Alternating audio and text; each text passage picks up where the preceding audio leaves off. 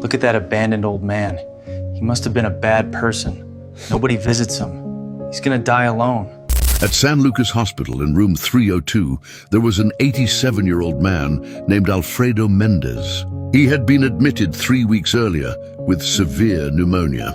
The doctors did everything they could, but deep down, they knew his time was limited. What hurt the most wasn't his illness. It was his loneliness. No visitors, no phone calls, no flowers. While other patients were surrounded by family, Alfredo lay alone, staring silently at the ceiling. The nurses whispered to each other, assuming he must have been forgotten, or worse, that he had lived a life no one cared about. But there was one nurse who treated him differently.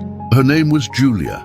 Every morning she greeted him with kindness. "Good morning, Don Alfredo. How are you today?"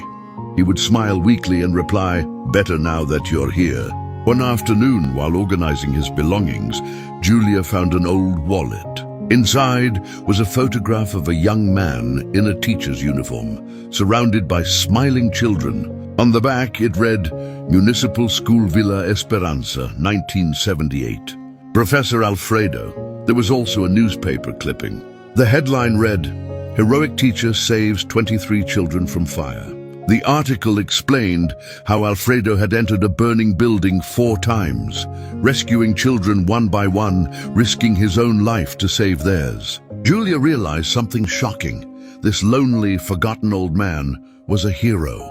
That night, she shared his story online and asked a simple question. Does anyone remember Professor Alfredo? The next morning, her phone exploded with messages. Hundreds of comments, thousands of reactions. Former students wrote things like, "He taught me to read. He saved my life. He made me believe in myself."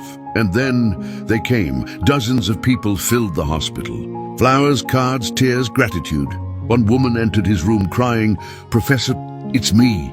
Mariana, you taught me when I was a child."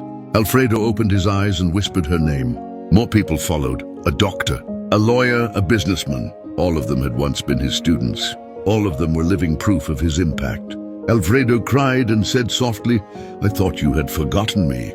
They answered, "Forgotten you? You live inside every success we have." From that day on, room 302 was never empty again. Surrounded by love, Alfredo found something he thought he had lost forever: hope. He recovered enough to leave the hospital and spent his remaining years surrounded by the people whose lives he had changed.